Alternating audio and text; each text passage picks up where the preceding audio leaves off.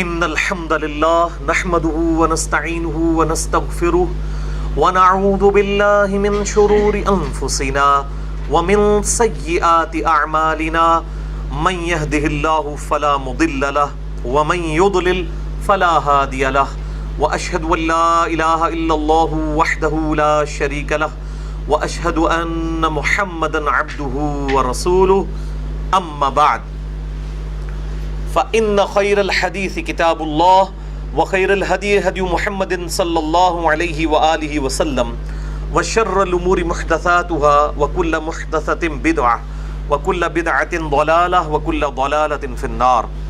أعوذ بالله السميع العليم من الشيطان الرجيم من همزه ونفخه ونفثه. بسم الله الرحمن الرحيم. رب اشرح لي صدري ويسر لي امري واحلل عقدة من لساني يفقهوا قولي. بسم الله الرحمن الرحيم. ان الله وملائكته يصلون على النبي يا ايها الذين امنوا صلوا عليه وسلموا تسليما. اللهم صل على محمد وعلى ال محمد كما صليت على ابراهيم وعلى ال ابراهيم انك حميد مجيد. اللهم بارك على محمد وعلى آل محمد كما باركت على إبراهيم وعلى آل إبراهيم إنك حميد مجيد. اللهم ربنا آتنا في الدنيا حسنة وفي الآخرة حسنة وقنا عذاب النار. ربنا آتنا من لدنك رحمة وهيئ لنا من أمرنا رشدا.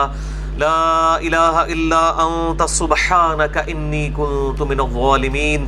ولا حول ولا قوة الا بالله العلی العظیم. آمین. الحمدللہ آج 16 اور 17 شعبان المعظم 1438 ہجری کی درمیانی رات 13 مئی 2017 اور ہفتے کا دن ہے. بھائیو، ہماری آج کی یہ ایکسکلوسیو نشست رمضان المبارک کے فضائل اور صحیح احکام و مسائل سے ریلیٹڈ ہے. آج سے 5 سال قبل بھی میں نے لیونر ایئرز کے اعتبار سے اسی رات کو یعنی 16 اور 17 شعبان المعظم 1433 ہجری کی درمیانی رات میں 7 جولائی 2012 کو ہفتے کے دن رمضان المبارک سے ریلیٹڈ لیکچر ڈیٹیل کے ساتھ ریکارڈ کروایا تھا 2 نشستوں میں، 7 جولائی 2012 اور 14 جولائی 2012 ملا کے تقریباً کوئی 3 گھنٹے کی وہ نشست تھی جو ہماری ویب سائٹ اہلسنتپاک.com پر مسئلہ نمبر 53 کے عنوان سے اپلوڈڈ ہے. اس دفعہ انشاءاللہ اس کو مزید بہتر انداز میں پریزنٹ کرنے کی کوشش کروں گا اور یہ نشست بھی انشاءاللہ 2 سیٹنگز میں مکمل ہوگی. آج انشاءاللہ مسئلہ نمبر 53A یا اسے کہہ لیں نیو 53A، رمضان مبارک کے صحیح فضائل قرآن حکیم اور 17 صحیح الاسناد احادیث کی روشنی میں. اور پھر انشاءاللہ تعالی اگلی دفعہ مسئلہ نمبر 53B، رمضان مبارک کے صحیح فقہی احکام و مسائل. کم و بیش 70 کے قریب جو احکام و مسائل ہیں میں انشاءاللہ اگلی دفعہ وہ کور کروں گا. اسی کانٹیکسٹ میں جہاں تک قیام اللیل جسے عرف عام میں ہم تراویح کہتے ہیں اس اعتبار سے آلریڈی ایک لیکچر ریکارڈڈ ہے مسئلہ نمبر 20 کے نام سے، اور مسئلہ نمبر 130 بھی ریکارڈڈ ہے نماز وتر کے اوپر. اس میں یہ تمام میں نے اختلافی مسائل جو ہیں وہ ڈسکس کیے ہیں. اسی طریقے سے شب برات اور شب قدر کے حوالے سے پچھلے ہی ہفتے نشست ہوئی مسئلہ نمبر 44 نیو 44 کے عنوان سے ہماری ویب سائٹ اہلسنتپاک.com پہ اپلوڈڈ ہے. اور الحمدللہ وہ تقریباً ایک ہفتے کے اندر 63,000 سے زیادہ لوگ اسے یوٹیوب پہ دیکھ چکے ہیں الحمدللہ ایک موڈ میں. اور واٹس ایپ پہ تو پھر کتنے لوگوں تک بات پہنچی الحمدللہ. تو یہ سوشل میڈیا کی برکت ہے کہ یہ ایک دعوت کے لیے بہت بڑا ہتھیار ہے. آج ایک بندہ صرف 60-70 لوگوں میں بیٹھ کے جو بات کر رہا ہے وہ ایک ہفتے کے اندر 60-70 ہزار لوگوں تک پہنچ جاتی ہے. اور پھر انشاءاللہ اسی طریقے سے ملٹی پلائی بھی ہوتی چلی جائے گی انشاءاللہ تعالی. یہ ہماری جب 2 نشستیں ریکارڈ ہو جائیں گی انشاءاللہ 53A اور 53B، پھر ہم جو پرانا لیکچر ہے 53 مسئلہ اس کو اس سے ریپلیس کروا دیں گے. آج کے درس میں جتنی آیات آئیں گی انشاءاللہ ان کے مکمل ریفرنسز میں دوں گا، بلکہ ایک پورا رکوع ہے، رکوع نمبر 23 سورۃ البقرہ کا، جو آپ نے قرآن حکیم میں کھول بھی رکھا ہے، اس کو کور کریں گے۔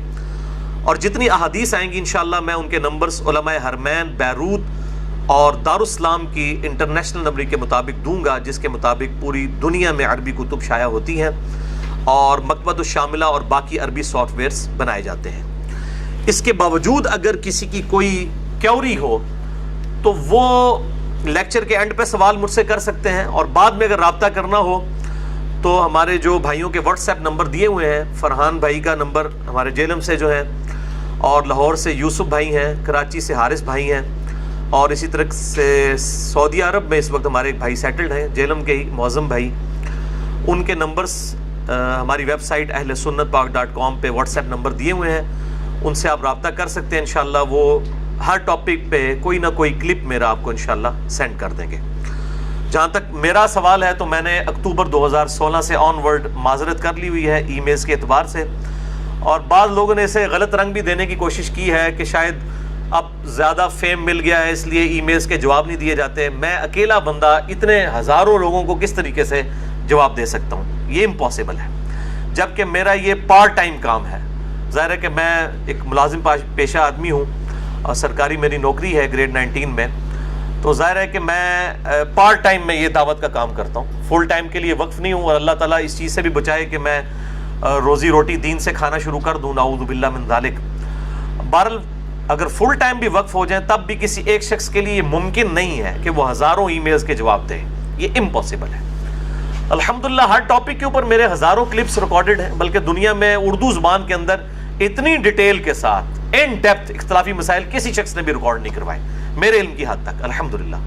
تو پھر اس اعتبار سے اگر کوئی شخص یہ چاہتا ہے کہ وہ اب ڈائریکٹلی مجھ سے ای میل پہ رابطہ کرے تو میرے لیے ممکن نہیں ہے، تو میری معذرت قبول فرمائیں۔ بعض لوگوں نے اس کو بڑا غلط رنگ بھی دینے کی کوشش کی ہے، میں نے اس اعتبار سے اپنی معذرت جو ہے وہ پیش کر دی ہے، اور انسان کسی کی تکلیف کو اسی وقت سمجھ سکتا ہے جب انسان اپنے آپ کو اس کی جگہ رکھ کے دیکھے۔ خود تو ہمارا یہ حال ہے کہ ہم ایک ہفتے میں 7 دن ہے تو 7 بندوں کو بھی دعوت کا کام کرنے کے اعتبار سے کوئی دعوت نہیں پہنچا سکتے، اور جو کام کر رہے ہیں اس سے ایکسپیکٹ کر رہے ہیں کہ وہ ہزاروں لوگوں کی باتوں کا جواب دے، امپاسبل ہے۔ ہاں اگر کوئی ٹاپکس ایسے ہیں جو ایڈریس نہیں ہوئے وہ ضرور بتائیں، انشاءاللہ اس پہ لیکچرز آ جائیں گے۔ تو ایک ایک جو نٹی گٹیز ہیں وہ ہر لیکچر میں میں نے ڈیٹیل کے ساتھ کور کی ہوتی ہیں، الحمدللہ آج بھی آ جائیں گی، آپ کو اس کا اندازہ بھی ہو جائے گا۔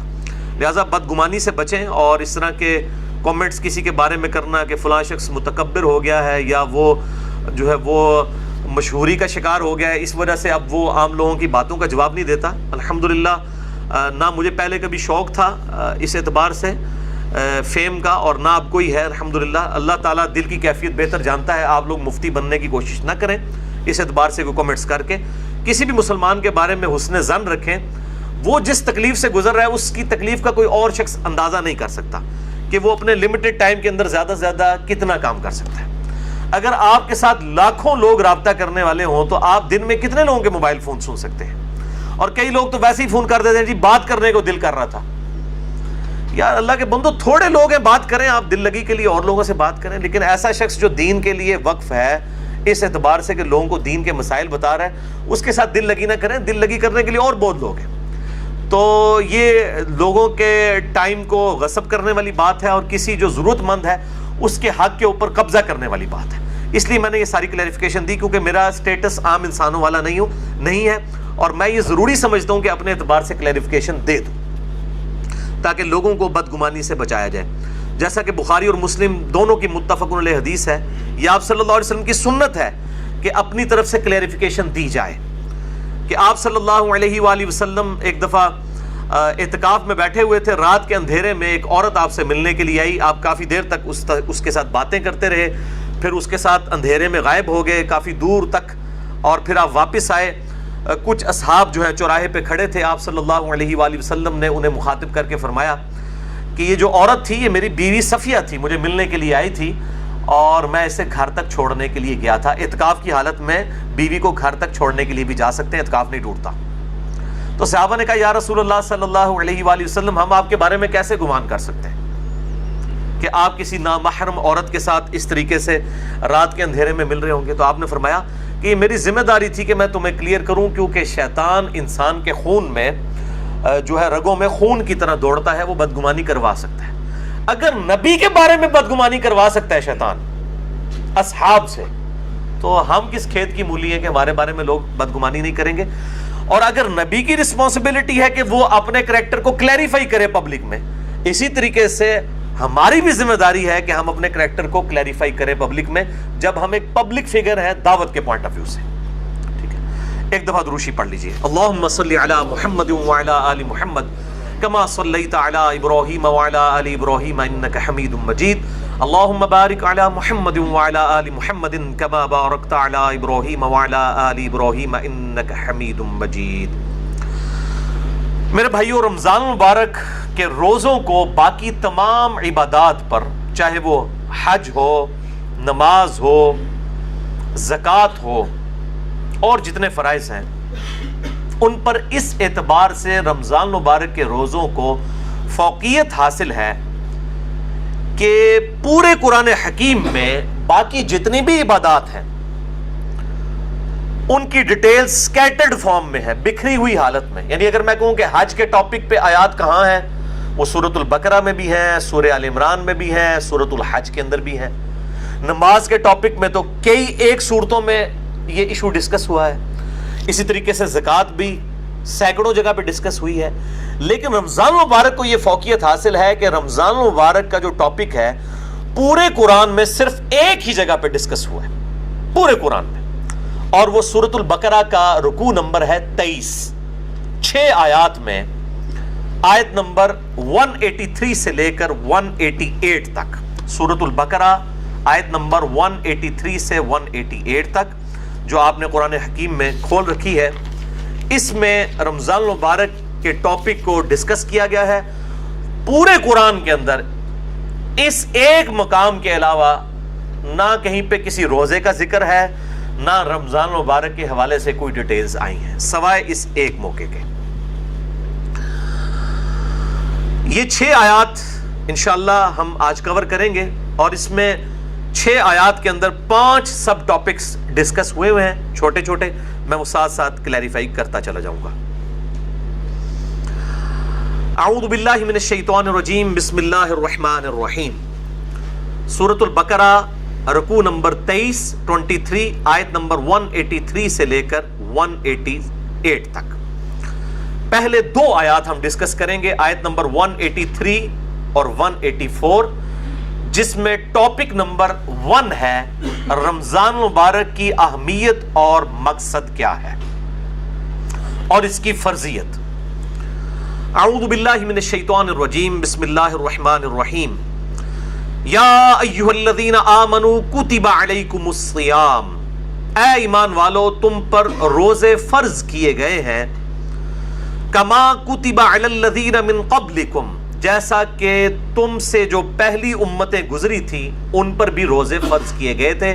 یہ امت محمدیہ صلی اللہ علیہ وآلہ وسلم کا خاصہ نہیں ہے، بلکہ جس طریقے سے نماز بھی اگلی امتوں پر فرض تھی، اس کے طریقے میں فرق ہو سکتا ہے، اسی طریقے سے روزے بھی اگلی امتوں پر فرض کیے گئے تھے۔ اور مقصد کیا تھا؟ لعلکم تتقون، تاکہ تم متقی بن سکو۔ تقوی کا جو روٹ ورڈ ہے عربی میں وہ ہے وقا۔ وقا کہتے ہیں عربی میں بچنے کو، یعنی جس شخص کو یہ یقین ہو کہ کسی ہستی نے میری مرضی کے بغیر مجھے پیدا کیا ہے اور وہ میرے ساتھ کچھ بھی کرنے پر قادر ہے، اس کے خوف کی وجہ سے، اس کے ڈر کی وجہ سے گناہوں سے بچنا اور فرائض پر استقامت اختیار کرنا، یہ ہے تقوی۔ اب وہ گناہ حقوق العباد سے ریلیٹڈ بھی ہو سکتے ہیں اور حقوق اللہ سے ریلیٹڈ بھی ہو سکتے ہیں، اور فرائض بھی حقوق العباد سے ریلیٹڈ بھی ہو سکتے ہیں اور حقوق اللہ سے ریلیٹڈ بھی ہو سکتے ہیں۔ سورۃ الحجرات میں واضح طور پر آیا ان اکرمکم عند اللہ اتقاکم، بے شک تم میں اللہ تعالیٰ کے نزدیک سب سے عزت والا وہ ہے جو زیادہ متقی ہے۔ اور رمضان کا مقصد بھی تقوی ہے۔ اب مجھے ضمناً حدیث یاد آئی جو بخاری اور مسلم دونوں میں موجود ہے، کتاب النکاح چیپٹر میں یہ پہلی حدیث ہی آپ کو مل جائے گی، صحیح بخاری میں بھی، صحیح مسلم میں بھی اور مشکات میں بھی، نکاح والے چیپٹر میں، کہ آپ صلی اللہ علیہ وآلہ وسلم نے فرمایا اے نوجوانوں کے گروہ، تم میں سے جو نکاح کی استطاعت رکھتا ہو اسے چاہیے کہ وہ نکاح کرے، یہ چیز اس کے شرمگاہ کی حفاظت میں مدد کرے گی اور نگاہوں کو نیچا رکھنے میں اس کو سپورٹیو ہوگی۔ اور جو نکاح کی استطاعت نہ رکھتا ہو، یعنی فائنینشلی اس کو سپورٹ نہ کر سکتا ہو ازدواجی زندگی کو، تو وہ روزے رکھ کر اپنی شہوت کو ٹھنڈا کرے۔ یعنی روزہ جو ہے یہ تقوی کے حصول کا ایک ذریعہ ہے۔ ایام معدودات، گنتی کے چند دن ہیں، یہ رمضان کا جو مہینہ ہے اور روزے ہیں۔ فمن کان منکم مریضا، بس جو کوئی تم میں مریض ہو، اس میں بھی ایکسیپشن دے دی کہ اگر مریض ہو، او علی سفر، یا وہ سفر میں ہو، فعدۃ من ایام اخر، تو وہ اپنی گنتی کو باقی دنوں میں پورا کر سکتا ہے۔ اب وہ سفر چاہے آرام دہ ہو یا غیر آرام دہ ہو، اس سے کوئی سروکار نہیں ہے، سفر میں وہ روزہ چھوڑ سکتا ہے، لیکن باقی دنوں میں گنتی پوری کرنی ہوگی۔ باقی اس کی ڈیٹیلز انشاءاللہ فقہی احکام و مسائل ہم اگلی نشست میں ڈسکس کریں گے۔ وعلی الذین یطیقونہ فدیۃ طعام مسکین، اور وہ لوگ جو بڑی مشکل سے طاقت رکھتے ہیں روزہ رکھنے کی، یعنی بہت بوڑھے ہو چکے ہیں، بیمار ہیں، یا اسی طریقے سے کوئی حاملہ عورت ہے، کوئی دائمی مریض ہے شوگر وغیرہ کا، اس طرح کی جو صورتحال ہو، فدیۃ طعام مسکین، وہ فدیہ دے سکتا ہے مساکین کو۔ فمن تطوع خیرا فہو خیر لہ، اور جو کوئی اس سے بھی زیادہ اللہ کی راہ میں خرچ کرنا چاہے، یعنی ویسے تو ایک روزے کے بدلے ایک مسکین کو ایک وقت کا کھانا ہے، اگر کوئی زیادہ مساکین کو کھلانا چاہتا ہے، جتنا گڑ پاؤ گے اتنا ہی میٹھا ہوئے گا، تو اس کے لیے اتنا ہی بہتر ہے۔ وَأَن تَصُومُوا خَيْرٌ لَكُمْ، اور اگر تم روزہ رکھو تو اسی میں تمہارے لیے بہتری ہے۔ یہ نہ ہو کہ تھوڑی سی بیماری اور بہانہ کر کے کہو جی میں تو فدیہ ہی دے دینا، روزہ رکھنے کی کڑی لوڑ ہے۔ ان کنتم تعلمون، اگر تم جانتے ہو، اگر تم جانتے ہو تو روزہ رکھنے میں ہی بہتری ہے۔ یعنی انسان سب سے بڑا خود اپنے اوپر جو ہے وہ گواہ ہے اور مفتی ہے، وہ بہتر سمجھتا ہے کہ مجھے کس طریقے سے چیزوں کو لے کر چلنا ہے۔ جیسے دنیاوی منفعت کے لیے وہ انسان چھوٹی چھوٹی چیزوں کا خیال رکھتا ہے، تو آخرت کے اعتبار سے بھی وہ خیال رکھے۔ اچھا، یہ جو آیت ہے وَعَلَى الَّذِينَ يُطِيقُونَهُ فِدْيَةٌ طَعَامُ مِسْكِينٍ، اس حوالے سے صحیح بخاری میں ایک حدیث ہے انٹرنیشنل نمبر کے مطابق 4505، جس میں ابن عباس کا قول ہے کہ یہ آیت منسوخ نہیں ہے، کیونکہ بعض اصحاب کا موقف ہے۔ صحیح بخاری میں 4507 نمبر حدیث آتی ہے جس میں ابن عمر کا قول ہے کہ یہ آیت منسوخ ہے، یعنی ان کا موقف یہ ہے کہ یہ پہلے آپشن تھی کہ جو شخص مال دے سکتا ہے وہ مال دے لے، اور جو روزہ رکھ سکتا ہے وہ روزہ رکھ لے، یہ دونوں آپشن ہے، یعنی مریض والا چکر نہیں، جو مالدار ہے وہ صرف مال دے دے، چاہے وہ صحت مند بھی ہے تو روزہ رکھنے کی ضرورت نہیں ہے۔ یہ ابن عمر کا موقف ہے 4507، جبکہ ابن عباس کا موقف صحیح بخاری میں 4505 ہے، وہ یہ کہتے ہیں کہ یہ آیت منسوخ نہیں ہے، بلکہ اس سے مراد وہ بوڑھا اور بوڑھی ہیں یا بیمار شخص جس کو صحت یاب ہونے کی امید نہیں ہے اور بڑی مشکل سے وہ روزہ رکھنے پر قادر ہے، اس کے لیے روزہ نبھانا مشکل ہے، جیسا کہ بعض کا شوگر کی بیماری ایسی ہو سکتی ہے کہ انسان کے لیے مشکل ہو جائے آج کے دور کے اندر، یا بڑھاپا خود بہت بڑی بیماری ہے، کوئی 80-90 سال کا کوئی بزرگ ہے اور وہ روزہ نہیں رکھ سکتا، تو اس کے لیے یہ آپشن ہے کہ وہ اس کے بدلے فدیہ دے دے، ایک وقت کا مسکین کو کھانا کھلا دے۔ صحیح بخاری میں آتا ہے انس بن مالک جب بوڑھے ہو گئے تھے، ان کی عمر 100 سال کے قریب تھی، تو روزانہ وہ ایک مسکین کو کھانا کھلایا کرتے تھے گوشت کے ساتھ، دال نال نہیں، گوشت نال، اللہ کی راہ میں گوشت کے ساتھ کھانا۔ اور یہ بھی آتا ہے کہ وہ بسا اوقات 30 مساکین کو اکٹھا بٹھا کر کھانا کھلا دیا کرتے تھے 30 کے 30 روزوں کا۔ تو یہ دونوں طرح آپشن موجود ہے، جس طرح بھی کر لیا جائے۔ میں انشاءاللہ اگلی دفعہ اس پہ ڈیٹیل بات کروں گا۔ اگلی آیت سورۃ البقرہ آیت نمبر 185 رمضان مبارک کی فضیلت اور روزوں کی فرضیت اور شرعی احکام سے ریلیٹڈ ہے، یہ سب ٹاپک ہے اس کا۔ شہر رمضان الذی انزل فیہ القرآن، رمضان کا مہینہ وہ ہے جس میں نازل ہوا قرآن، یعنی یہ رمضان کی فضیلت ہے کہ قرآن اس میں نازل ہوا ہے، اور کب نازل ہوا؟ انا انزلناہ فی لیلۃ القدر، جس کے حوالے سے پچھلی دفعہ میری تقریباً کوئی 1 گھنٹہ 20 منٹ کی گفتگو ہے، مسئلہ نمبر نیو 44 شب برات اور شب قدر کے حوالے سے، میں آج اس کی ڈیٹیل میں نہیں جاؤں گا۔ ہدی للناس جو انسانیت کے لیے ہدایت ہے، وبینات من الہدا اور اس میں ہدایت کے روشن دلائل موجود ہیں، والفرقان اور حق اور باطل میں تمیز کرنے والی یہ کتاب ہے۔ یعنی اولڈ ٹیسٹمنٹ، نیو ٹیسٹمنٹ کے بعد یہ اب فائنل ٹیسٹمنٹ ہے، الفرقان، حق اور باطل میں تمیز کرنے والی کتاب۔ یہ قرآن حکیم کے اعتبار سے رمضان کو فضیلت حاصل ہے کہ رمضان المبارک میں اللہ تعالیٰ کی طرف سے آخری پیغام قیامت تک کے لیے انسانیت کے پاس جو آیا وہ اس مہینے میں نازل ہوا۔ اب یہ بڑا ڈیٹیل طرف ٹاپک ہے، اس پہ میرے 2 لیکچرز ہیں۔ مسئلہ نمبر 1 امام الانبیاء کی دعوت قرآن 2 گھنٹے کا، اور حال ہی میں ریکارڈ ہوا ہے مسئلہ نمبر 167 رسول اللہ صلی اللہ علیہ وآلہ وسلم کی اپنی امت کے خلاف گواہی، جو سورۃ الفرقان کی آیت نمبر 30 ہے، وقال الرسول یا رب ان قوم اتخذوا هذا القرآن مہجورا، اور رسول اللہ صلی اللہ علیہ وسلم شکایت کریں گے قیامت کے دن کہ اے اللہ میری قوم نے قرآن کو پیٹھ کے پیچھے ڈال دیا تھا، یعنی قرآن کے نظریات کو چھوڑ دیا تھا۔ یہ بڑی سخت آیت ہے، اس کے کانٹیکسٹ میں میں نے تقریباً 2 گھنٹے کی گفتگو کی تھی، مسئلہ نمبر 167، جسے شوق ہو تو وہ دیکھے۔ فمن شہد منکم الشہر فلیصم، تو جو کوئی بھی تم میں رمضان کا مہینہ پائے تو اسے چاہیے کہ وہ رمضان کے روزے رکھے۔ ومن کان مریضا، اور جو کوئی مریض ہو، او علی سفر، یا سفر پر ہو، فعدۃ من ایام اخر، تو وہ یہ گنتی بعد کے دنوں میں بھی پوری کر سکتا ہے۔ اللہ تعالیٰ کی طرف سے آسانی ہے مسافر کے لیے اور مریض کے لیے۔ یرید اللہ بکم اليسر، اللہ تعالیٰ تو تمہارے لیے آسانی چاہتا ہے، ولا یرید بکم العسر، اور اللہ تعالیٰ تمہارے لیے مشکل نہیں چاہتا۔ لیکن مولوی آپ کے لیے مشکل چاہتا ہے، کبھی آپ کے لیے آسانی نہیں چاہے گا۔ اور عجیب طرح کی وہ لاجک سے، وہ نہیں جی اس زمانے تے سفر ہوندے سن جناب، وہ گھوڑیاں ہوتے تھے، اونٹ ہوتے، بڑے مشکل سفر سن، آج کل تو ٹرین میں سفر ہے اور ہوائی جہاز میں، آج کل روزہ نہیں چھوڑنا چاہیے۔ بھئی یہ قیامت تک کے لیے حکم باقی ہے، اللہ تعالیٰ نے آسانی دی ہے، چاہے ٹرین میں بھی سفر ہو، جہاز میں بھی، میں نے سارے سفر کیے ہوئے ہیں۔ سفر بہرحال سفر ہوتا ہے، بڑا مشکل ہوتا ہے سفر، تو اللہ تعالیٰ کی طرف سے دی ہوئی آسانی کو چھیننے کی کوشش نہ کرے۔ بخاری اور مسلم دونوں میں حدیث ہے، لوگوں کو آسانیاں بتاؤ، خوشخبریاں دو، ان کو متنفر نہ کرو دین سے۔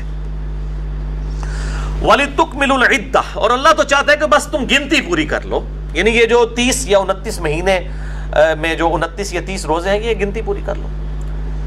اور ظاہر ہے 29 سے کم نہیں ہوں گے، 30 سے زیادہ نہیں ہوں گے۔ ایک شخص اب رمضان المبارک سعودیہ سے رکھ کے آیا اور یہاں پر 30 روزے ہو جاتے ہیں، وہاں ایک دن پہلے روزہ ہے، اب اس کے یہاں پہنچتے یہاں 29واں ہے اور اس کا 30واں ہے، تو اب وہ 31واں روزہ نہیں رکھے گا۔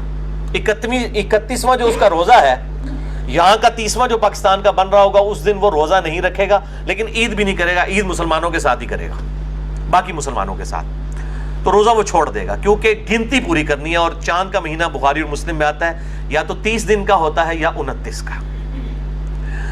وَلِتُكَبِّرُوا اللَّهَ عَلَى مَا هَدَاكُمْ، تاکہ تم تکبیر بلند کرو اس بات پر کہ اللہ نے تمہیں ہدایت دی، وَلَعَلَّكُمْ تَشْكُرُونَ، اور تاکہ تم اللہ تعالیٰ کا شکر ادا کرو۔ اور یہ دونوں کام ہم کرتے ہیں عید الفطر کے دن۔ روزوں کی جب گنتی پوری ہوتی ہے تو عید الفطر کے دن ہم تکبیرات بھی بلند کرتے ہیں، اللہ اکبر اللہ اکبر، لا الہ الا اللہ واللہ اکبر، اللہ اکبر وللہ الحمد۔ ادھر بھی آیا نا کہ تم اس کی تکبیر بیان کرو اور شکر ادا کرو، حمد بھی کرتے ہیں ہم اس کا، تکبیر بھی بلند کرتے ہیں، اور یہ تکبیرات اہل سنت اور اہل تشیع کے درمیان کامن ہے، مسلمانوں کا اجماع ہے ان تکبیرات کے اوپر۔ عید الفطر کے موقع پر آہستہ آواز میں پڑھی جائیں گی، اور عید الاضحیٰ یعنی بڑی عید، قربانی کی عید کے موقع پر بلند آواز سے۔ اب اگلی جو آیت ہے سورۃ البقرہ آیت نمبر 186، وہ تیسرا ٹاپک ہے رمضان المبارک کی روحانی منزل کا حصول۔ یہ بہت کریٹیکل آیت ہے، اس آیت پہ کم از کم میں 5 گھنٹے بول سکتا ہوں فی البدی۔ وَإِذَا سَأَلَكَ عِبَادِي عَنِّي فَإِنِّي قَرِيبٌ، اے میرے محبوب صلی اللہ علیہ وآلہ وسلم، جب میرے بندے آپ سے میرے متعلق سوال کرتے ہیں تو فرماؤ میں تمہارے بالکل قریب ہوں۔ اجیب الدعوت الداعی اذا دعان، ہر پکارنے والے کی پکار کو سنتا ہوں جب وہ مجھے پکارتا ہے، لیکن شرط کیا ہے؟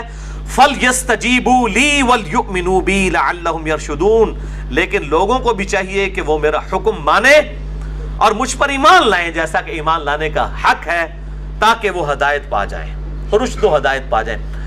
یعنی یہ ون وے ٹریفک نہیں ہے. گاڈ کو رسپانس کریں گے پھر آگے سے رسپانس ملے گا. والذین جاہدوا فینا لنہدینہم سبلنا، جو لوگ ہماری راہ میں کوشش کریں گے ہم ان کے لیے اپنی راہیں کھولیں گے. یہ نہیں ہے کہ انسان جو ہے وہ کوشش کوئی نہ کرے اور پھر کہے کہ اللہ تعالیٰ میرے ساتھ وہ والا معاملہ فرمائے. نہیں، جب میرے بندے آپ سے میرے متعلق سوال کریں فرما دیجئے میں تمہارے بالکل قریب ہوں. ہر پکارنے والے کی پکار کو سنتا ہوں جب وہ مجھے پکارے. لیکن لوگوں کو بھی چاہیے کہ میرا حکم مانے اور مجھ پر ایمان لائیں جیسا کہ ایمان لانے کا حق ہے. اب یہ بڑی امپورٹنٹ آیت ہے. اس کو میں نے ڈکلیئر کیا ہے انسانیت کا میگنا کارٹا. 13ویں صدی عیسوی کے اندر اور بعد میں پھر 17ویں صدی عیسوی کے اندر ریوائز کیا گیا. میگنا کارٹا ایک آئینی چارٹر تھا جو کنگڈم تھی انگلستان کی، اس کی طرف سے کہ بادشاہ پر عوام کے کیا حقوق ہیں. اور اس میں یہ تھا کہ ہر شخص کا یہ حق ہے کہ وہ بادشاہ وقت کا دروازہ کھٹکھٹا سکتا ہے. اسے کہا جاتا تھا میگنا کارٹا. انسانیت کا میگنا کارٹا یہ ہے کہ اللہ تعالیٰ فرماتا ہے کہ ہر شخص مجھ سے رابطہ کر سکتا ہے. جب میرے بندے میرے متعلق اے محبوب صلی اللہ علیہ وآلہ وسلم آپ سے سوال کریں تو آپ فرمائیے میں تمہارے بالکل قریب ہوں. اب یہ بڑا اچھا موقع تھا کہ جب میرے بندے آپ سے میرے بارے میں پوچھیں تو آپ فرما دیجئے کہ میں عرش کے اوپر ہوں. یہ بھی تو کہا جا سکتا تھا. جس طرح آج سلفیوں کو فکر پڑ جاتی ہے جی یہ وہ قریب کہہ دیا تو وہ کہیں وہ وحدت الوجود نہ ہو جائے، فلاں نہ ہو جائے، یہ نہ. یہ تو بڑا خطرناک موقع تھا، یہاں تو یہ بات ہی نہیں کرنی چاہیے تھی. تو اس لیے میں نے اس اعتبار سے بڑے ہی ایکسٹریم رویے ہیں جہمیہ کی طرف سے بھی اور آج کے بعض سلفی علماء کی طرف سے بھی. یہ بہت ایکسٹریم رویے ہیں. اللہ تعالیٰ اپنے عرش پر مستوی ہے جیسا کہ اس کی شان کے لائق ہے، اور وہ عرش پہ ہوتے ہوئے ہمارے ساتھ ہے جیسا کہ اس کی شان کے لائق ہے. اس کی تعویل کرنا جو ہے 11,000 وولٹ کو ہاتھ ڈالنے والی بات ہے. ورنہ صحیح مسلم میں حدیث ہے کہ ہر شخص کا دل رحمان کی 2 انگلیوں میں ہے. یہ کہتے ہیں جی وہ اگر آپ کہیں گے اللہ ہمارے ساتھ ہے جب آپ ٹوائلٹ جاتے ہیں اس وقت بھی اللہ ہوتا ہے، تو ان سے آگے پھکی والا سوال کریں کہ جب آپ ٹوائلٹ میں جاتے ہیں اس وقت رحمان کی 2 انگلیوں میں اللہ آپ کا دل ہوتا ہے؟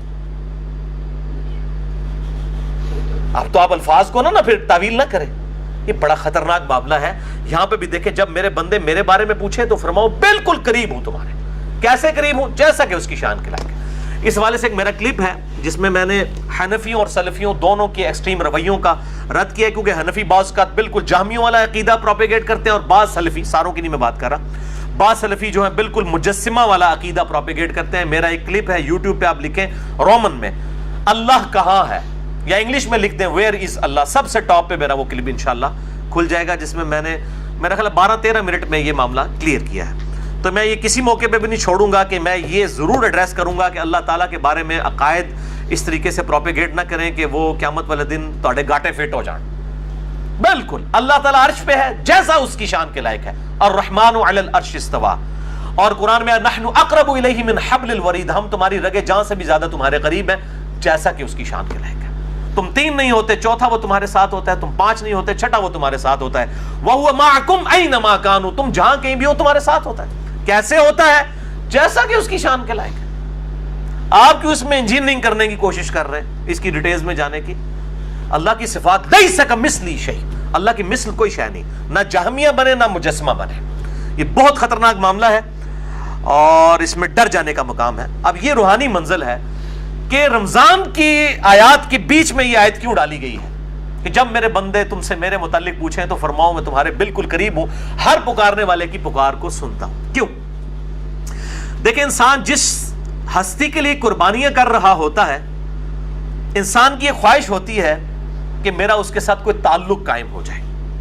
رمضان مبارک میں کیا ہوتا ہے کہ دن کے وقت ہم روزہ رکھ کر اپنے کھانے پینے اور باقی جو ضرورتیں ہیں ان سے کنارہ کشی اختیار کر کے بیسیکلی اپنے حیوانی جسم کو کمزور کرتے ہیں، اور رات کو قرآن پاک کی قرات سن کر قیام اللیل میں اپنے روحانی جسم کو مضبوط کرتے ہیں. دونوں طرف سے آپ دیکھیں، ادھر سے جسم کمزور ہو رہا ہے اور یہاں سے روح کو غذا مل رہی ہے. تو ظاہر ہے کہ جب جسم کمزور ہوگا، روح کو غذا ملے گی تو روحانی پہلو انسان کا ڈومیننٹ ہو جائے گا. پھر اس کے بعد اندر سے خود یہ آواز اٹھے گی، صحابہ سے اٹھتی تھی کہ جس رب کے لیے ہم قربانیاں کر رہے ہیں وہ رب کدھر ہے؟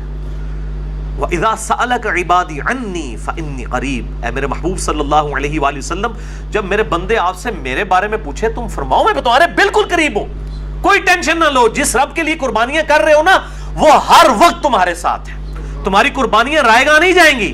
یہ دن کے وقت بھوک کی تکلیف، پیاس کی تکلیف برداشت کرنا اور رات کو جگراتا کاٹنا، قیام اللیل کر کے، یہ قربانیاں رائے گاہ نہیں جائیں گی۔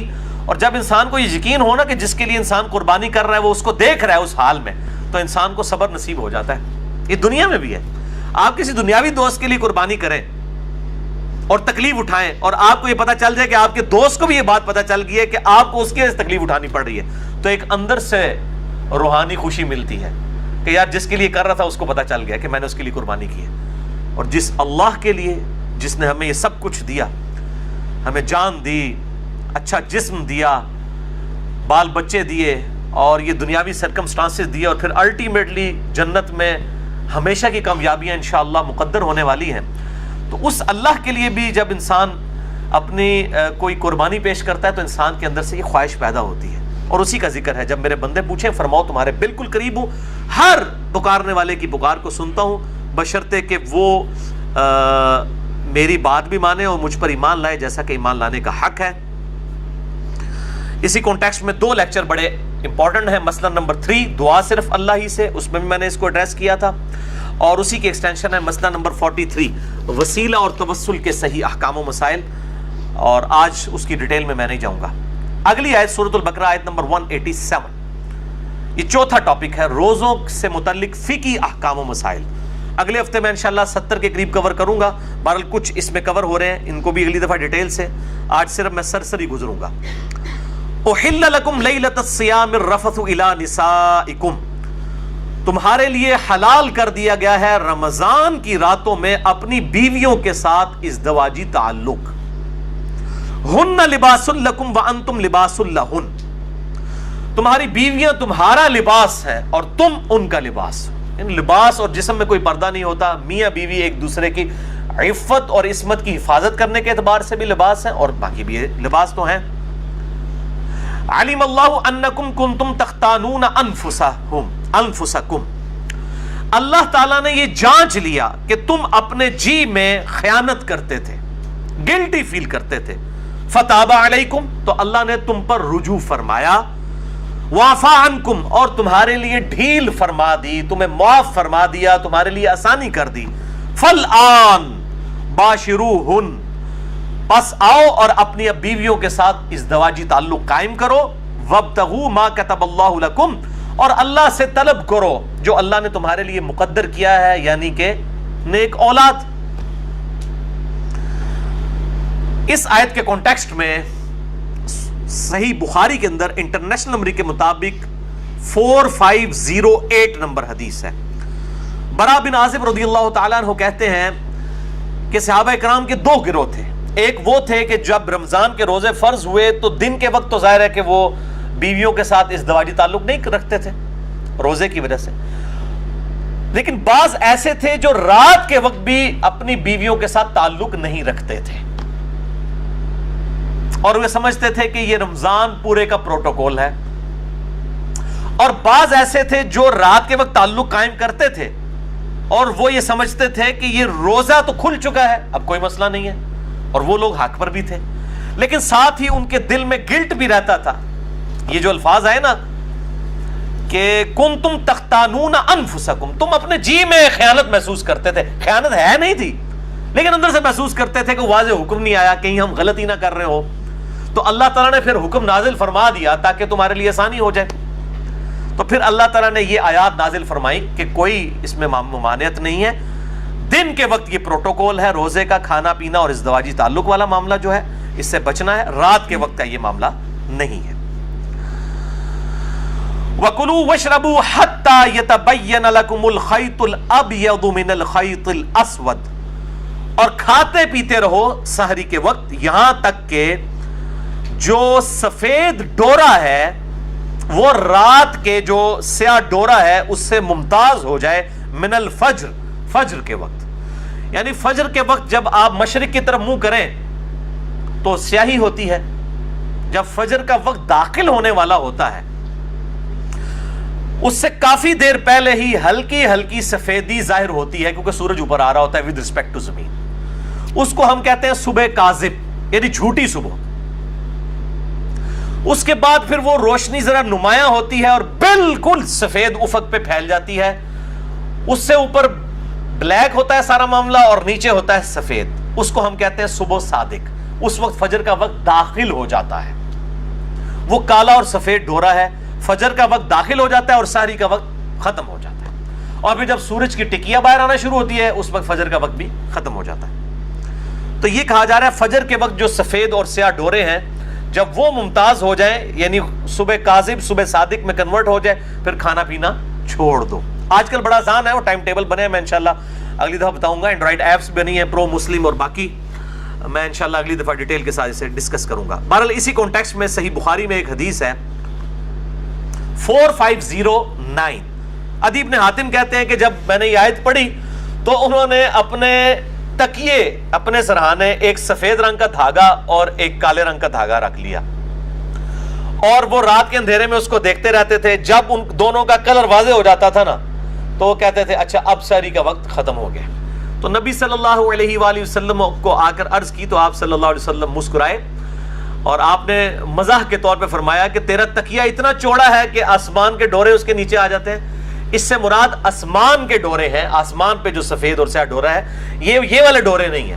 اس سے یہ بات پتہ چلی کہ اجتہاد صحابی کا بھی غلط ہو سکتا ہے صحیح حدیث کے مقابلے پہ.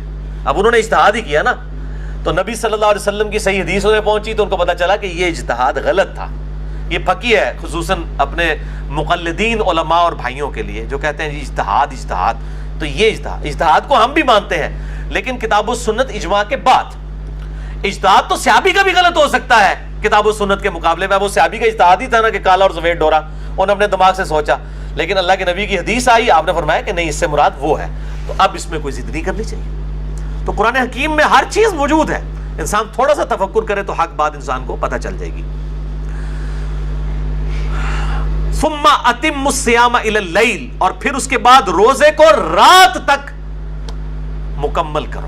اب یہ بڑا کڑوا ٹاپک ہے اور بون آف کنٹینشن ہے سنی اور شیعہ کے درمیان. میں انشاءاللہ اگلی دفعہ یہ مسئلہ بھی حل کر دوں گا. یہاں پہ الفاظ یہ نہیں ہے کہ روزے کو مکمل کرو شام تک، یہ الفاظ ہیں روزے کو مکمل کرو رات تک.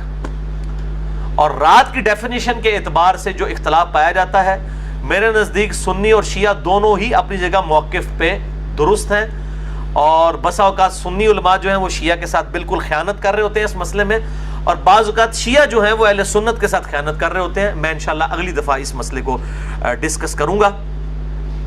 اور دونوں نے ون سائیڈڈ باتیں پکڑی ہوئی ہیں. اب یہ سارے حدیث بتا رہے ہوتے ہیں جی افطار میں جلدی کرو، حالانکہ یہ بھی حدیث موجود ہے قیامت والے دن آپ صلی اللہ علیہ وسلم کو ایسا منظر بھی دکھایا گیا ہے کہ دوزخ کے اندر لوگ الٹے لٹکے ہوئے ہیں جو وقت سے پہلے روزہ کھول لیا کرتے تھے. اب ہم یہ پوچھتے ہیں یہ وقت سے پہلے کھولنے والے کون ہیں؟ اہل تشیع کے بارے میں تو یہ ہے کہ وہ لیٹ کھولتے ہیں. پہلے کون کھول رہے ہیں؟ پہلے وہ کھول لیں جن کے ٹائم ٹیبل غلط بنے ہوئے ہیں. ان کو شرم بھی نہیں آتی، ہر سال لوگوں کے روزے ہیں وہ جی افطار میں جلدی کریں. افطار میں جلدی کا یہ مطلب تو نہیں کہ آپ روزہ ابھی غروب پورا بھی نہیں ہوا اور آپ کے بزرگ بابے غلط ٹائم ٹیبل بنا گئے ہوئے ہیں، آپ ان کے مطابق چلیں. میں نے ہمارے جیلم میں تو میں نے خصوصاً اہل حدیث مکتبہ فکر کے تو روزے شاید 25-30 سال سے کسی کا بھی صحیح نہ ہو، کیونکہ ان کا ٹائم ٹیبل مغرب کے وقت 4-5 منٹ جو ہے پہلے ہے. اور کئی بار بالکل آپ بلند مقام پہ چڑھے تو آپ کو روشنی نظر بھی آئے گی. ان کو بتایا کہ آپ دارالاسلام پبلیکیشن خود اہل حدیث کا ادارہ ہے، ان کا آپ ٹائم ٹیبل دیکھ لیں، اس میں 4-5 منٹ کا آپ کا فرق ہے. تو یہ انشاءاللہ میں اگلی دفعہ اس کو ڈسکس کروں گا، چھوڑوں گا نہیں، کیونکہ اللہ تعالیٰ نے جڑی شے مسلط کر دیتی ہے وہ تو پھر مسلط ہوئے گی انشاءاللہ تعالی. وَلَا تُبَاشِرُوهُنَّ وَأَنْتُمْ عَاكِفُونَ فِي الْمَسَاجِدِ، اور عورتوں کے ساتھ ازدواجی تعلق مت قائم کرو جب تم مسجدوں میں اعتکاف کیے ہوئے ہو. اس سے یہ بات پتہ چلی کہ عورت بھی مسجد میں اعتکاف کر سکتی ہے، لیکن میں نے پچھلی دفعہ بتایا تھا جب حالات فیوریبل ہوں. آج کے جو حالات ہیں اس کے اندر بہتر یہ ہے کہ عورت گھروں میں ہی اعتکاف کرے. اس کی وجہ یہ ہے کہ آج کل یہ سیلفی فون اور یہ باقی جو بیماریاں ہیں اس کی وجہ سے کچھ ہو جائے گا، الا یہ کہ جہاں پہ آپ کو کنفرم ہو کہ اس طرح کی کوئی بےہودگی نہیں ہے تو وہاں پر سیکیورٹی بھی ہو ہر اعتبار سے. تو جب تم مسجدوں میں اعتکاف کرو تو پھر مسجد میں اعتکاف کرنے والا اپنی بیوی کے ساتھ ازدواجی تعلق قائم نہیں کر سکتا اگر اس کی بیوی نے بھی ساتھ اعتکاف کیا ہوا ہے. تلک حدود اللہ، یہ اللہ کی حدیں ہیں، فلا تقربوها، اور ان حدوں کے قریب بھی مت پھٹکنا، کذالک یبین اللہ آیاتہ للناس لعلہم یتقون، اور اس طریقے سے اللہ تعالیٰ اپنی آیات کھول کھول کر بیان فرماتا ہے تاکہ تم متقی بن جاؤ. وہی بات لعلکم تتقون، متقی بنانے کے لیے یہ کھول کھول کر. مطلب کیا ہے کہ کوئی شخص یہ نہ کہے کہ آپ یہ اتنی نٹی گٹیز ڈسکس کی جا رہی ہیں اور میاں بیوی کا ریلیشن شپ ڈسکس ہو رہا ہے، یہ کتنی کوئی بے حیائی پہ مبنی نعوذ باللہ کوئی باتیں ہیں. تو اللہ تعالیٰ ہمارے ہم آیات کھول کھول کر بیان کر رہے ہیں. اللہ کا مقصد وہ یہ نہیں ہے کہ وہ کسی کے اوپر زبردستی کوئی چیز امپلیمنٹ کرنا ہے، بلکہ احکامات کو کھول کر بیان کرنا ہے. اس میں کوئی بے حیائی والا معاملہ نہیں ہے. اب آخری آیت اسی کانٹیکسٹ میں سورۃ البقرہ کی آیت نمبر 188، جس میں 5واں ٹاپک ہے روزوں سے تقوی کے حصول کا لٹمس ٹیسٹ. ہاں جی، یہ آ رہی ہم کوڑیاں گلا، کس کے روزے قبول ہیں اور کون روزے کا مقصد حاصل کرے گا؟ تقوی والا. بڑا خطرناک لٹمس ٹیسٹ آیا چیک کرنے کے لیے، ٹیسٹر. وَلَا تَأْكُلُوا أَمْوَالَكُمْ بَيْنَكُمْ بِالْبَاطِلِ، مت ہڑپ کرو آپس میں ایک دوسرے کا مال حرام طریقے سے. اب رمضان کا مہینہ آ رہا ہے، چیزیں مہنگی کر دی ہیں، ملاوٹ کرنی شروع کر دی ہے، اور وہ سمجھ رہے ہیں رمضان کا مہینہ تو ہم برکتیں لوٹ رہے ہیں، لعنتیں لوٹ رہے ہیں. مت ہڑپ کرو آپس میں ایک دوسرے کا مال حرام طریقے سے. وَتُدْلُوا بِهَا إِلَى الْحُكَّامِ، اور اس مال کو رشوت کا ذریعہ نہ بناؤ حکمرانوں تک پہنچنے کے لیے. کیوں؟ لِتَأْكُلُوا فَرِيقًا مِّنْ أَمْوَالِ النَّاسِ بِالْإِثْمِ، کہ ایک فریق دوسرے فریق کا مال کھا لے گناہ کے ساتھ. یعنی رشوت دے کے کسی کے پلاٹ پہ قبضہ کر لیا، کسی کے جائیداد ہتھیا لی رشوت کے ذریعے، اور وہ گناہ اس کو پتہ بھی ہے کہ گناہ کا کام وہ کر رہا ہے. وَأَنْتُمْ تَعْلَمُونَ، جبکہ تم جانتے تو ہو. لوگ بڑے بولے بن کے مجھے بھی فون کر کے پوچھ رہے ہوتے ہیں، علی بھائی یہ جائز ہے ناجائز؟ میں پہلے پوچھ رہا ہوں تہاڈا کیا خیال ہے، جائز ہے ناجائز ہے؟ نہیں جی لگتا تو ناجائز ہی ہے، تو میں نے کو پوچھ رہے ہوں. اللہ تعالیٰ بھی کہہ رہا ہے وَأَنْتُمْ تَعْلَمُونَ، جبکہ تم یہ جانتے بھی ہو کہ غلط کام کر رہے ہو. یہ دل کا جو مفتی ہے نا، بہت بڑا مفتی ہے، میں اس پہ بھی حدیث بھی ایک بتاتا ہوں دل کے مفتی کے اوپر، صحیح مسلم کی حدیث اسی کانٹیکسٹ میں. تو یہ رمضان میں جو چور بازاری کی ہوتی ہے اور چیزوں کو مہنگا کرتے ہیں، یہ ان کے لیے ہے کہ رمضان سے وہی برکت حاصل کرے گا جو حرام خوری نہ کرنے والا ہو. تو رزق حلال از دا لٹمس ٹیسٹ آف ایمان. ایمان کا لٹمس ٹیسٹ ایک یہ بھی ہے کہ رزق حلال ہے یا حرام ہے. اگر رزق حرام ہے تو کوئی تقوی نہیں ہے، کوئی روزے نہیں ہے. یہ کہتے ہیں پتہ نہیں قبول ہوئے نہیں، پتہ لگ گیا جناب تو تو کنفرم نہیں ہوئے جڑے اس طرح کے کام کرتے ہیں. تو میں ان کو پھر بتاتا ہوں جی کنفرم نہیں ہوئے تو قبول. قرآن اس لکھے حرام خوری کرنے والوں کا کہاں پہ روزہ قبول ہے؟ کسی کو دھوکہ دینے والے کا، کسی کے ساتھ زیادتی کرنے والے کا. اور ایک طرف سے مال ہڑپ کر کے لوگوں کی افطاریاں کروا رہے ہوتے ہیں، ٹھیک ہے جی، وہ سمجھتے ہیں ہم بڑا کوئی نیکی کا کام کر رہے ہیں. حرام کا مال کھا کر، حرام مال کیوں اللہ تعالیٰ کنڈیم فرما رہا ہے؟ کیونکہ یہ حقوق العباد کا مسئلہ ہے. جب آپ حرام کما رہے ہیں تو کسی دوسرے کا حق جو ہے وہ غصب کر رہے ہیں. اصل میں آپ پیسے تو لے رہے ہیں اس سے پورے، لیکن مال میں خیانت کر کے اس کو دے رہے ہیں. تو یہ حقوق العباد کا مسئلہ ہے، اس لیے اللہ تعالیٰ اس معاملے میں سختی فرماتا ہے. اب یہ اتنا کڑوا ٹاپک ہے، اس پہ گھنٹوں بولا جا سکتا ہے، لیکن اس کو سکپ بھی نہیں کیا جا سکتا. میں 3 حدیثیں رزق حلال کے کانٹیکسٹ میں یہاں پہ بیان کر دوں تاکہ پتہ چلے روزے کس کے قبول ہیں. باقی جسے ڈیٹیل چاہیے ہو تو مسئلہ نمبر 51 ہے میرا، رزق حرام کی مذمت اور دنیا پرستی کا انجام اور اس کا علاج، اہل سنت پاک .com ہماری ویب سائٹ پہ. اب قرآن پاک اب بند کر دیں، یہ ٹاپک مکمل ہو گیا. یہ 3 حدیثیں، اس کے بعد 17 حدیث بیان کر کے لیکچر کنکلوڈ انشاءاللہ. رزق حلال کے کانٹیکسٹ میں پہلی حدیث صحیح بخاری سے اور مشکات میں اس کا نمبر ہے 2761. آپ صلی اللہ علیہ وآلہ وسلم نے فرمایا لوگوں پر ایک ایسا زمانہ بھی آئے گا کہ انسان اس چیز کی پرواہ نہیں کرے گا کہ اس کا مال حلال طریقے سے آ رہا ہے یا حرام طریقے سے. وَلِعَاذُ بِاللَّهِ تعالیٰ، یہ اسی دور کے لیے بات ہو رہی ہے. لوگ پرواہ نہیں کریں گے اس بات کی، اور نہیں جی نہیں حلال سے تو گزارا ہی نہیں ہوتا، وہ سارے ہی کر دینے جی، انسان پرواہ ہی نہیں کرے گا.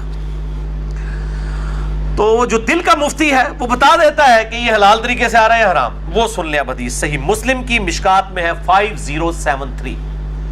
آپ صلی اللہ علیہ وآلہ وسلم نے فرمایا گناہ وہ جو تیرے دل میں کھٹکے اور تو اس بات سے ڈرے کہ لوگ اس پر مطلع نہ ہو جائیں. یعنی جس گناہ کے بارے میں آپ کو یہ کھٹکا ہونا کہ اگر لوگوں کو پتا چل گیا کہ یہ میں نے کیا کیا ہے تو سمجھ لیں وہ گناہ ہے. یہ لوگ جو پوچھ کے فون کر کے پوچھ رہے ہوتے ہیں نا, میں ان کو کہتا ہوں آپ اعلانیہ پبلک کو بتائیں کہ ہم یہ کام کر رہے ہیں تو انشاءاللہ. وہ جی دودھ میں پانی نہ ملائیں جی, خالص دودھ کتنے 100 روپے کلو ہی دے سکتے ہیں نا جی, 60 روپے کیڑا ہے, لوگوں کو پتا ہے نا کہ 60 روپے کیڑا خالص ہے, پانی والا ہوگا, تو آپ لکھ کے لگا دیں کہ یہ 60 روپے کلو دودھ ہے اور پانی کی ملاوٹ کے ساتھ. اگر آپ سمجھتے ہیں گناہ کا کام نہیں ہے لکھ کے لگا دیں. ہاں پھر کوئی لے تو پھر آپ پہ کوئی گناہ نہیں. دودھ میں پانی ملانا کوئی ملاوٹ نہیں ہے, اس کا چھپانا ملاوٹ ہے اصل میں. آپ لکھیں گے پانی والا دودھ 60 روپے, خالص دودھ 100 روپے, لیں گے لوگوں کو پتہ چل دے گا. لیکن 60 روپے خالص دودھ لکھ رہے ہیں تو ملاوٹ کر رہے ہیں, حرام خوری ہے. گناہ وہ جو تیرے دل میں کھٹکے اور تو اس بات سے ڈرے کہ لوگ اس پر مطلع ہوں. اسی کانٹیکسٹ میں ایک اور حدیث ہے, جامع ترمذی, سنن نسائی اور مسند احمد میں مشکات میں 2773 ہے. مولا حسن ابن علی رضی اللہ تعالی عنہما وعلیہم السلام, سیدنا علی کے بڑے بیٹے حسن ابن علی کہتے ہیں کہ میں نے خود اپنے نانا سے رسول اللہ صلی اللہ علیہ وسلم سے ایک بات سنی اور میں نے حفظ کر لی کہ آپ صلی اللہ علیہ وسلم نے فرمایا جو چیز تجھے شک میں ڈال دے اسے چھوڑ دے, شک سے پاک شے کو اختیار کر, کیونکہ سچائی میں اطمینان ہے اور جھوٹ میں شک ہے. جو چیز شک میں ڈال دے اسے چھوڑ دے. لیکن ہم چھوڑ دیتے ہیں, لیکن دنیاوی والی چیز ہے. دین والی چیز میں ہمیں کو کنفرم بھی بتا دینا کہ غلط ہو رہا ہے, اور کہتے ہیں نہیں ایڈی بھی سختی نہیں ہے دین اس, اور یہاں کہہ رہا ہے شک میں بھی ڈال دے چھوڑ دو. دوسری حدیث رزق کے حلال کے کانٹیکسٹ میں صحیح مسلم سے ہے اور مشکات میں 2860. نبی صلی اللہ علیہ وسلم ایک اناج کے ڈھیر کے پاس سے گزرے, کوئی صحابی اناج بھیج رہا تھا, یہ کوئی بریلوی دیوبندی اہل حدیث شیعہ نہیں تھا, کوئی صحابی تھا. آپ صلی اللہ علیہ وسلم نے اپنا مبارک ہاتھ اس کے اناج کے اس غلے کے ڈھیر میں داخل کیا تو آپ کو نمی محسوس ہوئی اپنے ہاتھ پہ. آپ نے فرمایا یہ کیا ہے؟ اس نے کہا یا رسول اللہ صلی اللہ علیہ وسلم رات کے وقت بارش ہوئی تھی تو یہ گندم گیلی ہو گئی, اناج گیلا ہو گیا. تو آپ صلی اللہ علیہ وسلم جلال میں آئے, آپ نے فرمایا تم نے اس گیلے اناج کو اوپر کیوں نہیں کیا تاکہ خریدنے والوں کو یہ پتا چل جائے کہ تم یہ گیلا اناج بیچ رہے ہو. اور پھر آپ نے ساتھ ہی فرمایا من غشا فلیس منی, جس نے ملاوٹ کی, جس نے دھوکہ دے کے سامان بیچا, اس کا مجھ سے کوئی تعلق نہیں ہے. لیکن ہم کیا کہتے ہیں, اے اللہ جو کچھ بھی ہے تیرے محبوب کی امت سے ہے. اور محبوب کیا کہہ رہے ہیں صلی اللہ علیہ وآلہ وسلم, جس نے ملاوٹ کی اس کا میرے سے کوئی تعلق نہیں. ان تو اڑی گل منی ہے یا محبوب دی گل منی ہے صلی اللہ علیہ وآلہ وسلم. تسی تو کہہ رہے ہو یا اللہ اسی نہ نماز پڑھنی ہے, نہ اسی حرام خوری چھڈنی ہے, یا اللہ جو کچھ بھی ہے مردود ہے, بے ایمان ہے, ٹھگ ہے, اللہ جو کچھ بھی ہے تیرے محبوب کی امت سے, ہمیں اسی طریقے سے قبول فرما لے. اور نبی صلی اللہ علیہ وسلم کیا فرما رہے ہیں, جس نے ملاوٹ کی وہ میرے سے ہے ہی نہیں ہے. اب آپ لاکھ کہتے ہیں جو کچھ بھی ہے تیرے محبوب کی امت سے, محبوب تو پہلے ہی فارغ کر گئے تو ملاوٹ کرنے والا نو. ون وے ٹریفک چلائی رکھو, کسی کام کی نہیں. جس نے ملاوٹ کی وہ ہم میں سے نہیں ہے. تیسری حدیث بھی صحیح مسلم سے ہے, مشکات میں 2760. یہ بہت ڈاڈی حدیث ہے, بڑی سخت حدیث ہے. آپ صلی اللہ علیہ وآلہ وسلم نے فرمایا بے شک اللہ پاک ہے اور صرف پاک مال کو قبول فرماتا ہے. کسی بندے نے حرام کی کمائی سے کوئی ہاسپٹل کھول لیا, اللہ کے حضور 0 سے ملٹیپلائی. اللہ تعالیٰ نہیں دیکھنا مریضوں کا علاج ہو رہا ہے, یہ تو دنیا کا مسئلہ ہے. اللہ تعالیٰ کو کیا پرواہ ہے کسی کی. اللہ تعالیٰ کا تو موقف یہ ہے حلال مال قبول کروں گا. ایک بندے کی گانے کی کمائی ہے اور وہ اس سے ہاسپٹل بنا دیتا اور سمجھتا ہے میں بڑا نیکی کا کام کر رہا ہوں. یا اسی طریقے سے ایک بندہ ہے وہ جناب جو ہے وہ لوگوں کی جائیدادوں پر ناحق قبضہ کرتا ہے اور پھر کہتا ہے جی میں 1 لاکھ کا دسترخوان چلا رہا ہوں روزانہ. میں نام نہیں لے رہا تاکہ اصلاح کا دروازہ بند نہ ہو, آپ سب کو پتا ہے. لوگ کہتے ہیں جی بڑا نیکی کا کام ہے جی, 1 لاکھ بندے نے روٹی کھواندا ہے, لکھاں لگوان دے زمینہ ہتھیا کے, اللہ کے حضور 0 سے ملٹیپلائی. یہ آپ اپنی داڑھیوں سے, پگڑیوں سے, ان ساری چیزوں سے عوام کو دھوکہ دے سکتے ہیں, اللہ تعالیٰ کو تو دھوکہ نہیں دیا جا سکتا. صحیح مسلم میں ہی حدیث ہے نا, اللہ تعالیٰ تمہاری شکلوں اور مال کو نہیں دیکھتا, دلوں اور اعمال کو دیکھتا. وہ دیکھے گا شکل تو اس نے خود بنائی ہے, اسے شکل کیوں دیکھنی ہے کہ کدی نورانی ہے تو کدی کالی ہے, انہیں آپ بنائی ہوئی ہے. جس شخص کی شکل اگر خوبصورت نہیں ہے تو اس نے خود کیا بنائی ہے؟ وہ تو اللہ نے بنائی ہے، تو اللہ نے شکلیں کیوں دیکھنی ہے؟ مال بھی نہیں دیکھنا، وہ بھی اسی کا دیا ہوا ہے. دلوں اور اعمال کو دیکھنا ہے کہ اس نے حرام سے کمایا ہے یا حلال سے، اور اس کی نیت کیا ہے، اللہ کی راہ میں خرچ کر کے جو ہے وہ لوگوں سے داد وصول کرنا ہے یا اللہ کے حضور اپنا اخلاص اور اجر پکا کرنا ہے. یہ اللہ نے یہ دیکھنا ہے. اور پھر اسی حدیث میں 7 الفاظ ہیں. آپ صلی اللہ علیہ وآلہ وسلم نے قرآن کی 2 مختلف آیات تلاوت کی. ایک یہ تھی یا ایھا الرسل کلوا من الطیبات واعملوا صالحا، اے اللہ کے پیغمبروں کھاؤ اللہ کے پاکیزہ مال میں سے اور اعمال کرو نیک. اور دوسری آیت پڑھی یا ایھا الذین آمنوا کلوا من طیبات ما رزقناکم، اے ایمان والو کھاؤ اللہ تعالیٰ کے دیے ہوئے پاکیزہ مال میں سے. پھر آپ صلی اللہ علیہ وسلم نے اسی صحیح مسلم کی حدیث کے الفاظ ہیں، آپ نے فرمایا کہ ایک شخص دور دراز کا سفر کر کے آتا ہے، پرانگدہ بال ہے، جسم مٹی سے آلود ہے، ایسی حالت ہے کہ عام آدمی کو بھی اس کی حالت دیکھ کر ترس آ جائے، اور پھر وہ ہاتھ لمبا کر کے دعا کرتا ہے یا رب یا رب. لیکن وہ اس حال میں اللہ کو پکار رہا ہے کہ اس کا کھانا حلال کے مال سے نہیں ہے، حرام کے مال سے ہے، اس کا پینا حرام کے مال سے ہے، اس کا لباس حرام کے مال سے ہے، اس کا جسم حرام کے مال سے پرورش چڑھا ہے. اللہ تعالیٰ ایسے کی دعا کیوں کر قبول کرے گا کہ جس کا کھانا پینا اور لباس اور اس کی پرورش حرام کے مال سے ہوئی ہے. آپ صلی اللہ علیہ وسلم کے الفاظ ہیں اللہ تعالیٰ اس کی دعا کیوں کر قبول کرے گا، اس کا پکارنا کیوں کر قبول کرے گا. بولے اعوذ باللہ تعالی. تو میں پھر وہی جملہ ریپیٹ کروں گا، رزق حلال از دا لٹمس ٹیسٹ آف ایمان، اور یہی لٹمس ٹیسٹ ہے کہ کسی کے روزے قبول ہوئے یا نہیں قبول ہوئے. اب میرے بھائیو آخر میں 17 صحیح الاسناد حدیث ہیں، لیکن ان کو ڈسکس کرنے سے پہلے ایک دفعہ دروشی پڑھ لیجئے. اللہم صلی علی محمد وعلی آل محمد کما صلیت علی ابراہیم وعلی آل ابراہیم انک حمید مجید. اللہم بارک علی محمد وعلی آل محمد کما بارکت علی ابراہیم وعلی آل ابراہیم انک حمید مجید.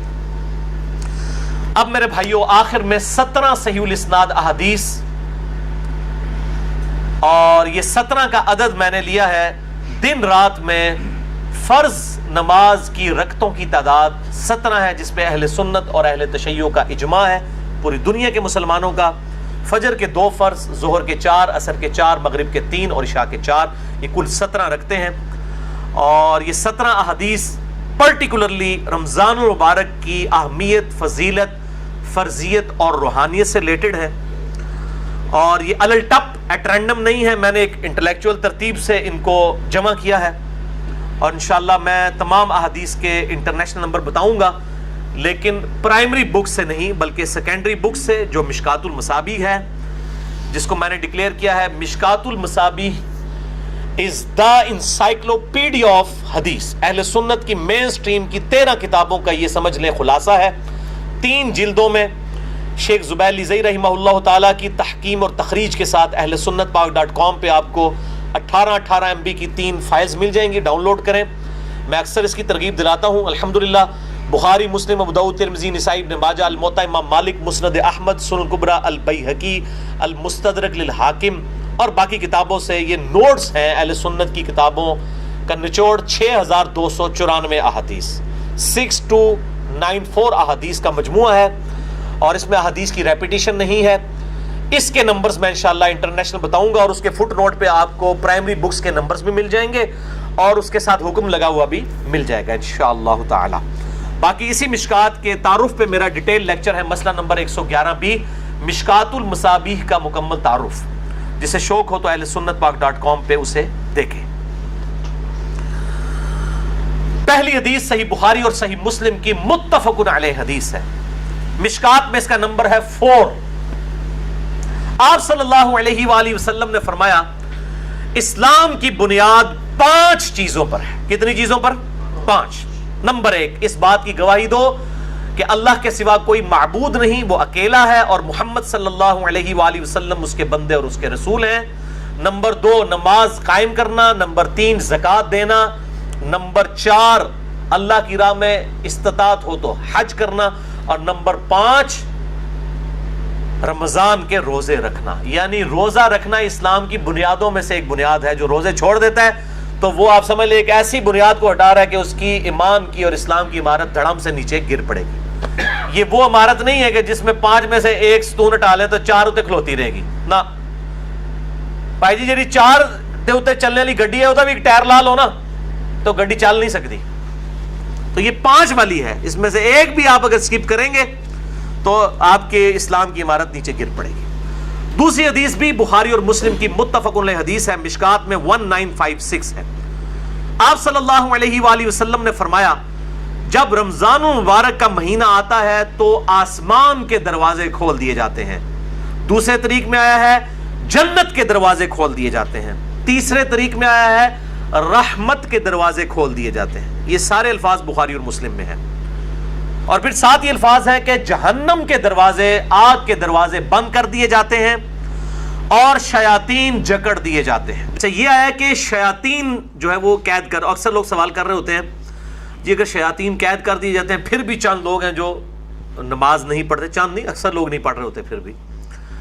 تو میرے بھائی 11 مہینے تک جب شیطان نے پیڈل مارا ہے آپ کی سائیکل کو، اس کے بعد 1 مہینے نہ بھی مارے وہ، پھر بھی تھوڑی دور تک تو یہ معاملات چلیں گے نا. پھر سب سے بڑی چیز نفس ہے انسان کا، وہ ساتھ لگا ہوا ہے. یہ سرکش شیاطین، بڑے بڑے شیاطین جو ہے وہ کر دیے جاتے ہیں. باقی جو انسان کے ساتھ شیاطین چھوٹے موٹے لگے ہیں وہ تو چلتے رہیں گے. اللہ تعالیٰ کی طرف سے خاص مدد آ جاتی ہے. باقی جڑے تھے پیڑے وہ کعبے بھی پیڑے. اگر کسی نے اپنی اصلاح خود نہیں کرنی ہے تو اس کی رمضان میں کوئی اصلاح نہیں ہونی ہے. اللہ تعالیٰ کی طرف سے ایک مدد مل جاتی ہے. اصل جو مسئلہ ہے وہ نفس کا ہے کہ انسان خود فیصلہ کرے کہ میں نے اللہ کے لیے کچھ کرنا ہے، تب فائدہ ہوگا. تیسری حدیث جامعہ ترمذی، سنن ابن ماجہ میں ہے اور صحیح سند کے ساتھ مسند احمد میں ہے اور مشکات میں آپ کو 1960 کے فٹ نوٹ پہ اور 1961 میں مل جائے گی. آپ صلی اللہ علیہ وآلہ وسلم نے فرمایا رمضان میں آسمان کے دروازے کھول دیے جاتے ہیں، آگ کے دروازے بند کر دیے جاتے ہیں، تمام سرکش شیاطین جکڑ دیے جائے. اس میں الفاظ آگے سرکش، بخاری مسلم میں سرکش نہیں تھا. اس سے پتا چلا کہ خاص شیاطین جو بڑے ہیں وہ جکڑے جاتے ہیں. اور ہر رات ایک منادی ندا کرتا ہے اللہ کی طرف سے، اے خیر کے طالب ہمت کر اور آگے بڑھ نیکیاں کرنے کے لیے، اور اے شر کے طالب رک جا، اب تو باز آ جائے اس مبارک مہینے میں. اور اللہ کی طرف سے ہر رات میں لوگوں کو جہنم سے آزاد کیا جاتا ہے. وہ جو روایت ہے وہ جعلی ہے کہ جی وہ پہلا اشرہ جو ہے وہ رحمت کا ہے، دوسرا جو ہے وہ مغفرت کا ہے، تیسرا دوزخ سے رہائی کا ہے. یہ تو ہر رات رہائی ہو رہی ہے. میں اس حدیث کو بھی بتا دوں گا بعد میں شوم الایمان کے حوالے سے. چوتھی حدیث بھی بخاری اور مسلم دونوں میں ہے، مشکات میں 1958. آپ صلی اللہ علیہ وآلہ وسلم نے فرمایا جو شخص ایمان اور احتساب کے ساتھ، اکاؤنٹیبلٹی کے ساتھ، احتساب کو آپ اگر اردو میں ٹرانسلیٹ کریں گے تو 3 چیزوں کا مجموعہ ہے. نمبر 1 اخلاص، نمبر 2 ثواب کی نیت، اور نمبر 3 اصلاح نفس، یعنی نفس کی اصلاح بھی جو ہے مطلوب ہو. رمضان کے روزے رکھے اللہ تعالیٰ اس کے پچھلے سارے گناہوں کو معاف فرما دے گا. اور پھر ساتھ ہی الفاظ ہیں جس نے ایمان اور احتساب کے ساتھ رمضان کی راتوں کا قیام کیا اس کے بھی پرانے سارے گناہ معاف. اور پھر ساتھ ہی فرمایا جس نے شب قدر کا قیام کیا ایمان اور احتساب کے ساتھ اس کے بھی پچھلے سارے گناہ معاف. لیکن اس سے مراد چھوٹے گناہ ہیں. بڑے گناہ نیک اعمال سے معاف نہیں ہوتے، وہ صرف توبہ کرنے سے معاف ہوتے ہیں اور گناہ چھوڑنے سے. اس کے سپورٹ میں حدیث ہے صحیح مسلم کی، مشکات میں ہے، اس کا نمبر 564. آپ صلی اللہ علیہ وآلہ وسلم نے فرمایا اگر بڑے بڑے گناہوں سے بچا جائے تو 5 نمازیں، ایک نماز سے دوسری نماز تک، ایک جمعے سے دوسرا جمعہ اور ایک رمضان سے دوسرا رمضان درمیان کے گناہوں کا کفارہ ہے اگر بڑے گناہوں سے بچا جائے. تو نماز چھوڑنا تو خود بڑا گناہ ہے. یہ نہیں ہے کہ ایک جمعہ پڑھ لیا پھر اگلا جمعہ پڑھا پچھلے ساری معاف، نہیں، کبیرہ گناہوں سے بچا جائے. صحیح مسلم میں حدیث ہے، مشکات میں 569 اس کا نمبر ہے کہ بندے کے کفر اور اسلام کے درمیان فرق نماز ہے. تو نماز چھوڑنے سے تو بڑا کوئی گناہ نہیں ہے. تو ایک نماز سے دوسرا نماز کے درمیان گناہوں کا کفارہ بھی تب بنے گا جب دوسری نماز پڑھی جائے گی. 5ویں حدیث بھی بخاری اور مسلم کی متفق علیہ حدیث ہے، مشکات میں 1959. آپ صلی اللہ علیہ وسلم نے فرمایا رمضان مبارک میں ہر نیک عمل 10 سے 700 گنا تک بڑھا دیا جاتا ہے. اس لیے ہم کوشش کرتے ہیں کہ زکوٰۃ رمضان کے مہینے میں دیں تاکہ زیادہ ثواب ملے. اور پھر زکوٰۃ ہوتی بھی لیونر ایئرز کے اعتبار سے، وہ سولر ایئرز کے اعتبار سے نہیں دینی ہوتی ہے، چاند کے مہینوں کے اعتبار سے دینی ہوتی ہے. تو وہ آسان ہو جاتا ہے حساب رکھنا. ویسے آپ ایک رمضان میں نکال لیں اور پھر پورا سال دیتے رہیں، یا اگلے سال کی بھی پیشگی نکالی جا سکتی ہے. زکوٰۃ پہ میں نے ڈیٹیل سے لیکچر مسئلہ نمبر 95A اور B دے دیا، جسے شوق ہو تو وہ دیکھیں.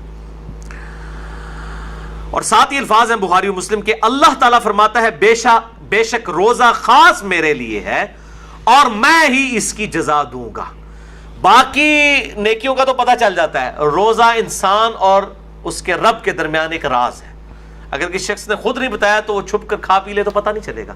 تو اللہ تعالیٰ ہمارا یہ میرے اور میرے بندے کے درمیان چونکہ خاص عبادت ہے، خاص میرے لیے ہے، میں اس کی جزا دوں گا. اور پھر 7 الفاظ ہیں، میرا بندہ اپنی خواہش اور کھانے کو میری وجہ سے ترک کرتا ہے. روزہ دار کے لیے 2 خوشیاں ہیں، پہلی خوشی افطار کے وقت اور دوسری خوشی اس وقت جب وہ اپنے رب سے ملاقات کرے گا انشاءاللہ.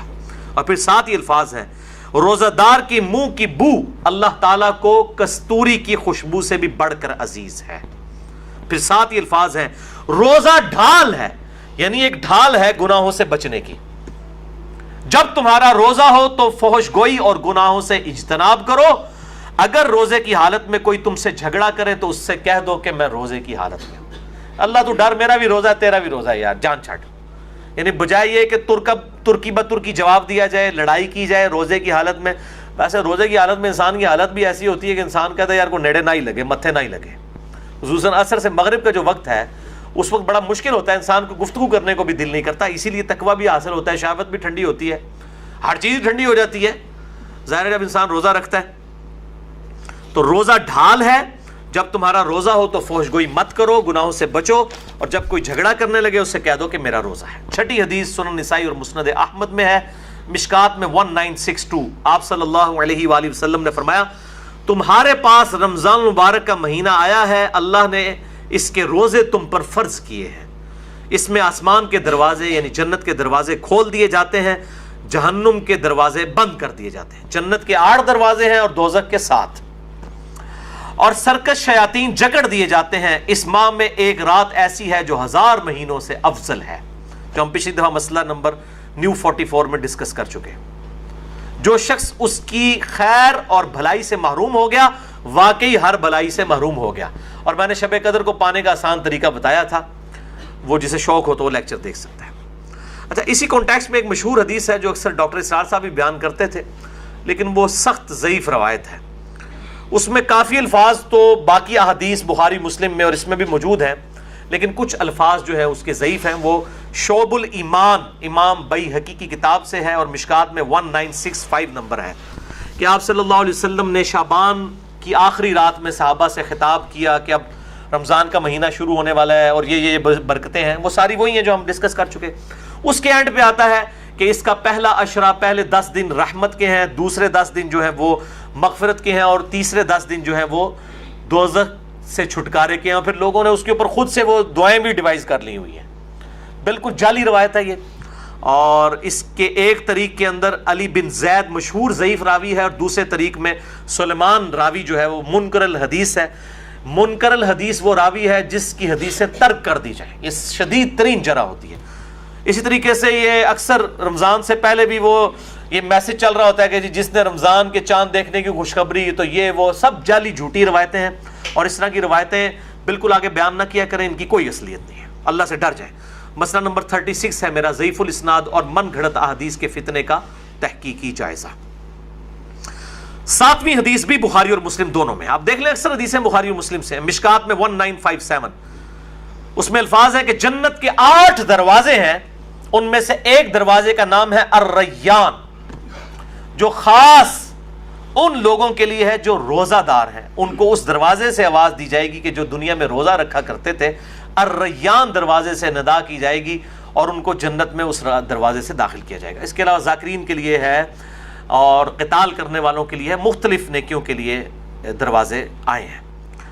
8ویں حدیث بھی بخاری اور مسلم دونوں میں ہے. مشکات میں 2053 آپ صلی اللہ علیہ وآلہ وسلم نے فرمایا جو شخص اللہ کی راہ میں، یعنی اس راہ میں مراد جہاد اور قتال، اللہ کی راہ میں نکلنا، نیکی کے اعمال کرنا اور قتال کے لیے سب کچھ اس میں شامل ہے، فی سبیل اللہ کے الفاظ ہیں، اس حالت میں بھی روزہ رکھے تو اللہ تعالیٰ اس کے اور دوزخ کے درمیان 70 سال کی دوری ڈال دے گا، جو اللہ کی راہ میں روزہ رکھے۔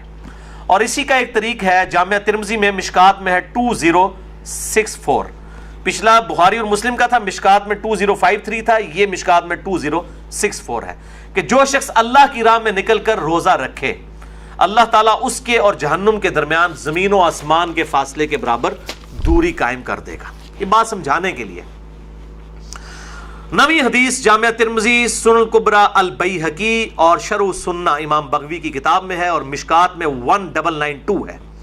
آپ صلی اللہ علیہ وسلم نے فرمایا جو شخص کسی روزہ دار کا روزہ افطار کروائے یا کسی مجاہد کی تیاری کروا دے اس کو بھی اس کی مثل ثواب ملے گا۔ اور یہ کرنا چاہیے، آپ سامنے بیٹھے ہوں، آپ اپنے حصے کی کھجور کسی اور کو دیں، جیسا مسجد میں ہوتا ہے لوگ اپنے گھر سے کھجوریں لے آتے ہیں، آپ اپنے حصے کی کھجور کسی اور کو دیں، اس کے حصے کی خود لیں تو ڈبل روزے کا ثواب کمائیں، چوپڑیاں نالے دو تو روزہ کھلوانے والے کے ثواب میں اس کو بھی وہ ثواب ملے گا اور جس نے رکھا ہے اس کے ثواب میں کمی بھی نہیں ہوگی۔ 10ویں حدیث جامعہ ترمذی اور سنن ابن ماجہ سے ہے اور مشکات میں 2249 ہے۔ آپ صلی اللہ علیہ وآلہ وسلم نے فرمایا 3 آدمیوں کی دعا ضرور قبول ہوتی ہے۔ نمبر 1 روزہ دار جب افطار کے وقت دعا کرتا ہے، نمبر 2 عادل بادشاہ، اور نمبر 3 مظلوم کی دعا۔ اب وہ دعا کی قبولیت کس فارم میں ہوگی یہ بڑی ڈیٹیلز ہیں، مثلا نمبر 82 میرا ریکارڈڈ ہے، جسے شوق ہو تو وہ دیکھ سکتا ہے۔ 11ویں حدیث یہ واحد ہے جو مشکات میں نہیں ہے، سنن ابن ماجہ میں ہے 1753، جو پچھلی تھی وہ سنن ابن ماجہ میں 1752 ہے، جو مشکات میں 2249 ہے، یہ مشکات میں نہیں لیکن سنن ابن ماجہ میں، اس سے اگلی حدیث ہے 1753 کہ آپ صلی اللہ علیہ وآلہ وسلم نے فرمایا افطار کے وقت کی گئی دعا رد نہیں کی جاتی۔ اس میں الفاظ تھے کہ دعا قبول ہوتی ہے، اس میں الفاظ ہے رد نہیں کی جاتی۔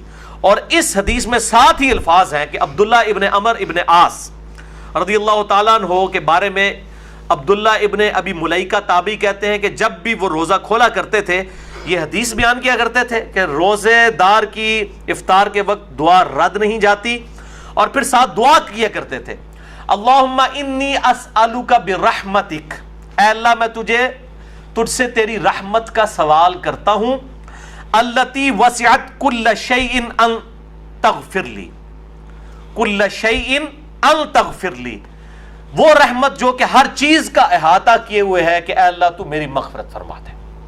تو کوئی بھی دعا کی جا سکتی ہے، رب اجعلنی کی جا سکتی ہے، ربنا آتنا فی الدنیا کی جا سکتی، کوئی بھی دعا آپ اس وقت کر سکتے ہیں۔ اور ایک مسنون دعا ہے، سحری کی تو کوئی دعا ثابت نہیں ہے، یہ جعلی دعا ہے پبلک کی، کل کے روزے کی نیت کرتا ہوں، اس دن کے روزے کی نہیں، اگلے کل کے روزے کی، وہ تو کسی کتاب میں نہیں لکھی ہوئی ہے، خود سے جعلی دعا بنائی ہوئی ہے۔ البتہ افطار کی ایک صحیح دعا ہے، سنن نبی داؤد میں مشکات میں 1993 ہے، ذهب الظمأ وابتلت العروق وثبت الاجر انشاءاللہ، ذهب الظمأ وابتلت العروق وثبت الاجر انشاءاللہ، یعنی پیاس چلی گئی، رگیں تر ہو گئیں اور اللہ کے حضور ہمارا اجر پکا ہو گیا، یہ اس کا ترجمہ ہے۔ لیکن یہ روزہ کھولنے کے بعد، پانی پینے کے بعد یہ دعا مانگی جائے گی، پہلے نہیں۔ پہلے آپ صبح شام کے اذکار کریں، سب سے بہتر ٹائم شام کے اذکار کا مغرب سے جسٹ پہلے ہے، کیونکہ شام کا وقت وہ ہوتا ہے، مغرب کے بعد تو رات شروع ہو جاتی ہے نا، سب سے بہترین وقت وہ ہے۔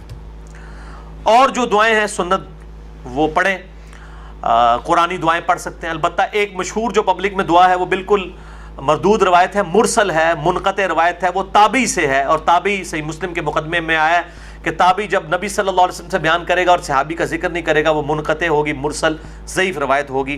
مشکات میں 1994 ہے، سنن نبی داؤد کے کانٹیکسٹ میں معاذ بن زہرہ تابعی سے ہے، یہ روایت پھر ضعیف ہوگی۔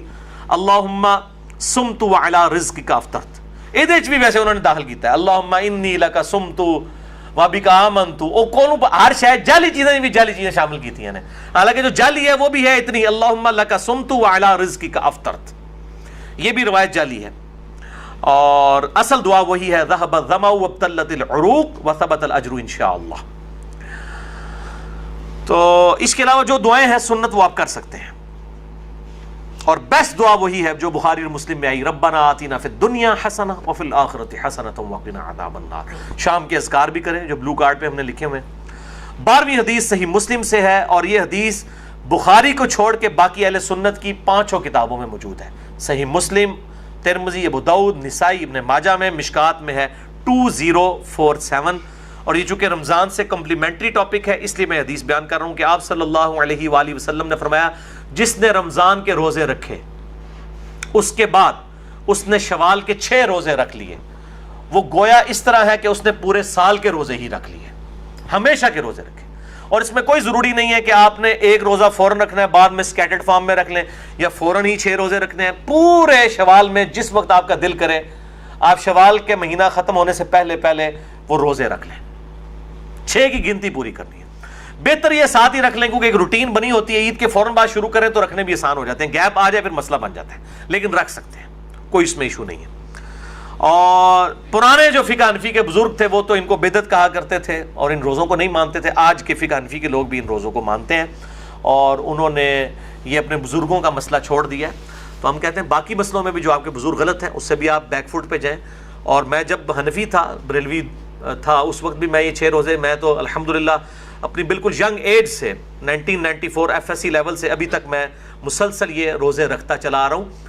یہ میں کوئی مشہوری کے لیے بتا رہا ہوں کہ اس وقت بھی مطلب یہ چیز اسٹیبلش یہ سب کے ہاں ہے، لیکن بعض جو غالی قسم کے حنفی ہیں جس طرح مفتی زر ولی ہے، اس نے تو باقاعدہ اس کے خلاف کتاب پوری لکھ دی ہے۔ اس نے کہا میرا بابا صحیح ہے، یہ 5 کتابیں غلط کہہ رہی ہیں۔ وہ کہہ رہا ہے میں اس روایت کو نہیں مانتا جو ہمارے بزرگوں کے خلاف ہے۔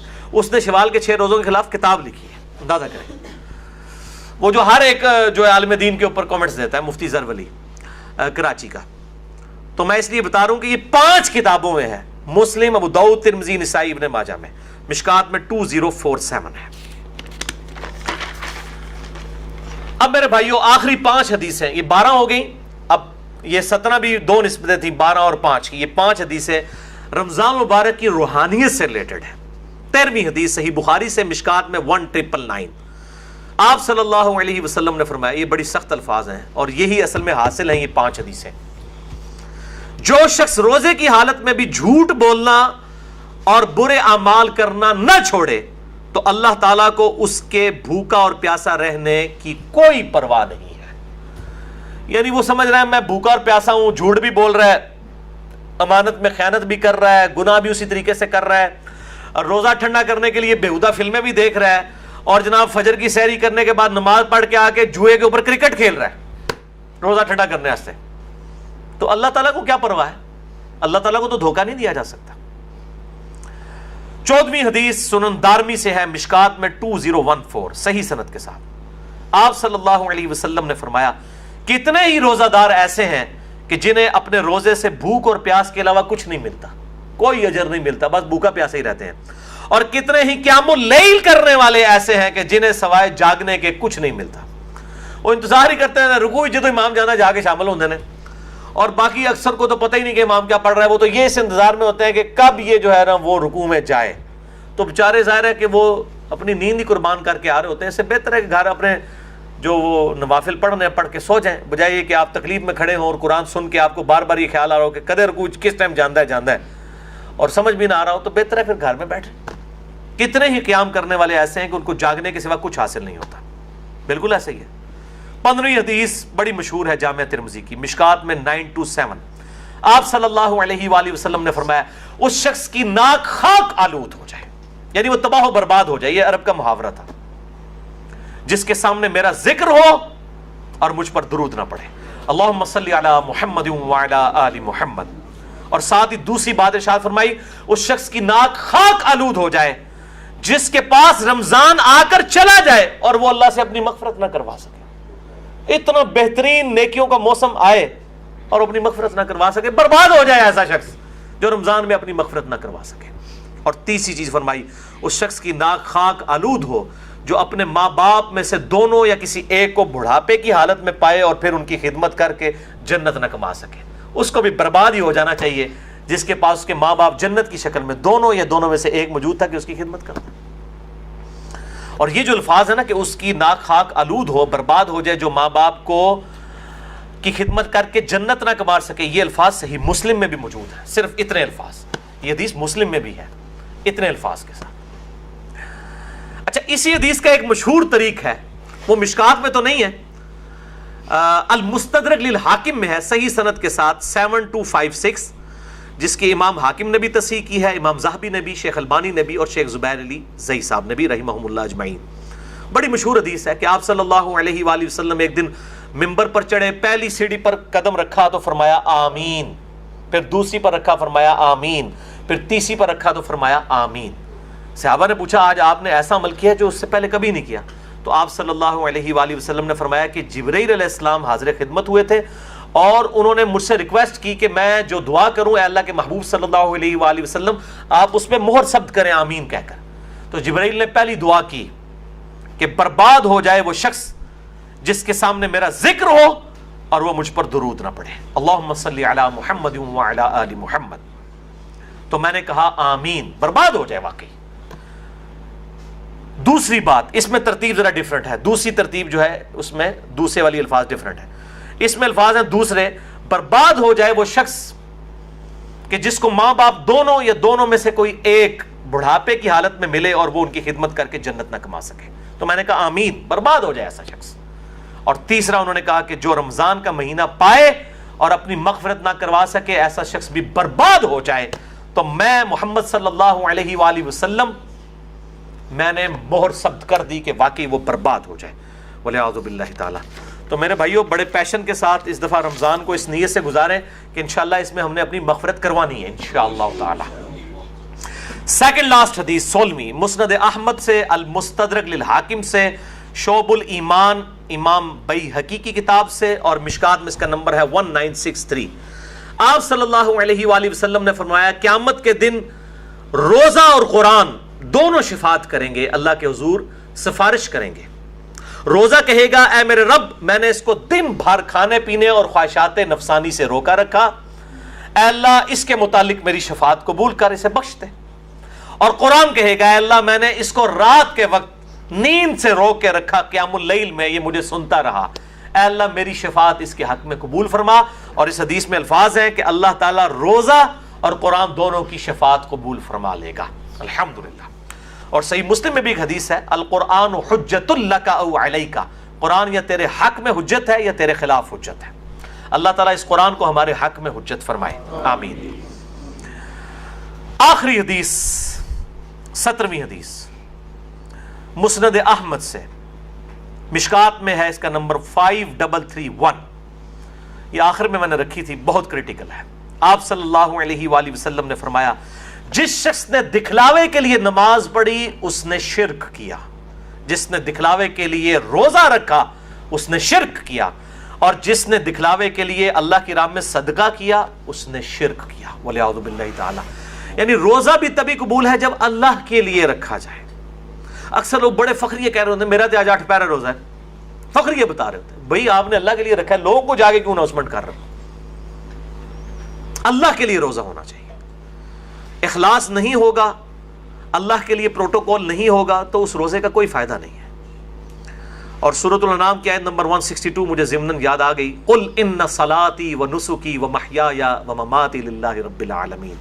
اے محبوب صلی اللہ علیہ وآلہ وسلم آپ اللہ کے حضور عرض کیجئے اور اپنی عوام کو بھی بتا دیں، اپنی امت کو بھی، بے شک میری نماز، میری قربانی، میرا جینا، میرا مرنا سب کچھ میرے اللہ کے لیے ہے جو سارے جہانوں کا پالنے والا ہے۔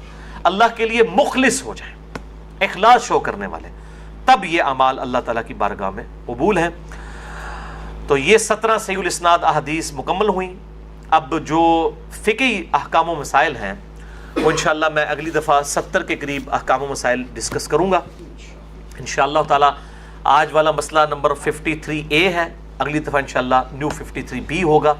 اللہ تعالیٰ سے دعا ہے جو حق بات میں نے کہی اللہ تعالیٰ ہمارے دلوں میں راسخ فرمائے، اگر جذبات میں میرے منہ سے کوئی غلط بات نکل گئی تو اللہ تعالیٰ ہمارے دلوں سے ہی معاف کر دے، ہمیں کتاب و سنت کی تعلیمات پر عمل کر کے دوسرے بھائیوں تک پہنچانے کی توفیق عطا فرمائے۔ سبحانک اللہم و بحمدک، اشہد ان لا الہ الا انت، استغفرک و اتوب الیک، وما علینا الا البلاغ المبین۔ جزاکم اللہ خیرا۔